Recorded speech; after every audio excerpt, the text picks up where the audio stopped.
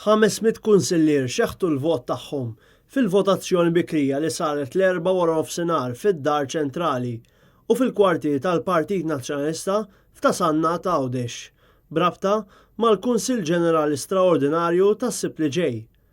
Minn ċifri tal-Kummissjoni Elettorali immexxija minn Francis Xavier Dimek, jirriżulta li 404 vvutaw f'Malta u 96 ivvutaw f'Għawdex. Dan hu ftit aktar minn terz tal-1496 votant eliġibbli. Il-Kummissjoni Elettorali jirriżultala wkoll li l-konkorrenza awċija kienet waħda qawwija hekk kif iċ-ċifra ta' dawk li vvutaw f'Tasannat tqarreb ħafna n-numru ta' kunsillieer awċin li kienu eliġibbli jivvutaw. Il-proċess li qed isir taħt is-supervizjoni tal-Kummissjoni Elettorali ġie deskritt minn Francis Xavier Dimek bħala wieħed kalm u li tmexxa bl-aktar mod korrett. Dan sar b'koordinazzjoni tajba mal-persuni li jirrappreżentaw il-fehmiet differenti dwar il-mistoqsija li qed tiġi ppreżentata.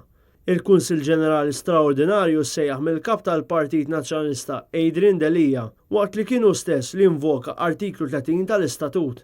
Anke d-domanda maqbula fl-Eżekuttiv hija dik li propona l-kap tal-Partit Nazzjonalista. Il-kunsilliera qed jivvutaw iva jew le għall-mistoqsija. Trid li jkun Adrien Delija li jibqa' jmexxi l-Partit Nazzjonalista sal-elezzjoni ġenerali jmiss?